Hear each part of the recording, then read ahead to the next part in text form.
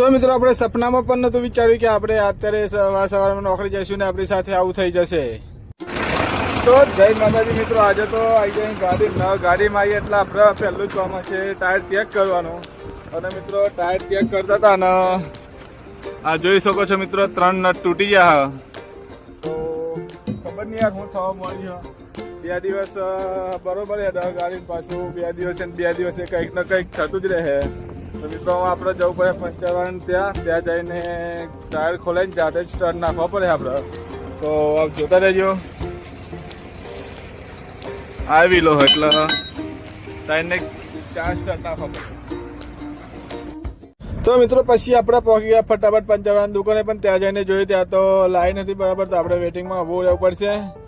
તો ફાઇનલ થોડી વાર વેટિંગમાં ઊભા રહ્યા પછી આપણો નંબર આવી ગયો. તો આપણે પછી ફટાફટ જેક ચલાવી દીધો. હવે જેક ચાલે ત્યાં સુધી પેલો મશીનથી પંચરવાળો ટાયર ખોલી નાખશે. હવે ટાયર ખોલી ગયું છે ફાઇનલ. તો આપણે થોડે ઉપડી ગયા ડ્રમ કાઢવા માટે, કારણ કે અથડાથી કાઢવો પડશે ડ્રમ, અને આપણે જાતે જ કાઢવાનો છે, જાતે નાખવાનો છે. એટલે અહીંયા તો ખાલી આપણે જે બીજા બોલ્ટ હતા એ ખોલવા માટે જ અહીંયા આગળ ગાડી લઈને આવેલા. તો આપણે પહેલાં ડ્રમ કાઢી લઈશું. પછી હજુ આપણે જોઈ શકો છો મિત્રો આપણે 3 સ્ટાર તૂટી ગયા છે. હજુ સ્ટાર આપણી જોડે હાલમાં છે નહીં, સુપરવાઇઝર સ્ટાર લઈને આવે ત્યાં સુધી આપણે હજુ રાહ જોવાની છે. તો આ તૂટેલા સ્ટાર આપણે હવે બહાર કાઢી લઈશું.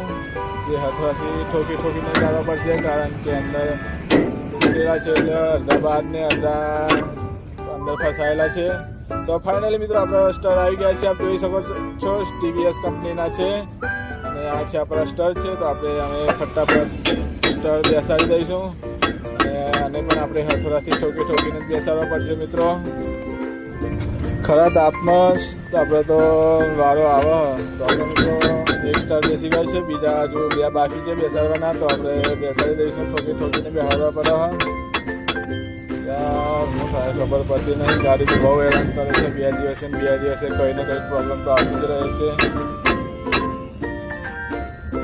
તો મિત્રો ફાઇનલી આપણા સ્ટાર બેસી ગયા છે, ફિટ થઈ ગયા છે. આપણે કામ છે ડ્રમ બેસાડવાનું, જે આ બહુ ભારે કામ તો જો બાકી જ છે, કારણ કે ડ્રમનો વજન તો બહુ હોય છે. તો આપણે ડ્રમ બેસાડી દઈશું, કારણ કે આનું તો વજન જેટલું બધું છે તે એકલાથી ઊંચું થયું નથી. તો આપણે ગમે તેમ કરીને બેસાડવું તો પડશે. તો ફાઇનલી મિત્રો આપણો ડ્રમ બેસાડી દીધો છે. તો હવે આપણે ફટાફટ ચલાવી દઈશું ટાયર. પછી આપણે નીકળી જઈશું ફેરો ભરવા માટે. હવે આપણે બેસાડવાનું છે, ટાયર બેસાડવાનું છે. પછી આપણે ટાયર ફિટ કરાવીને જેક ઉતારીને નીકળી જઈશું ફેરો ભરવા માટે, કારણ કે હજુ ફેરો પણ મારવાના જ છે ફેરા.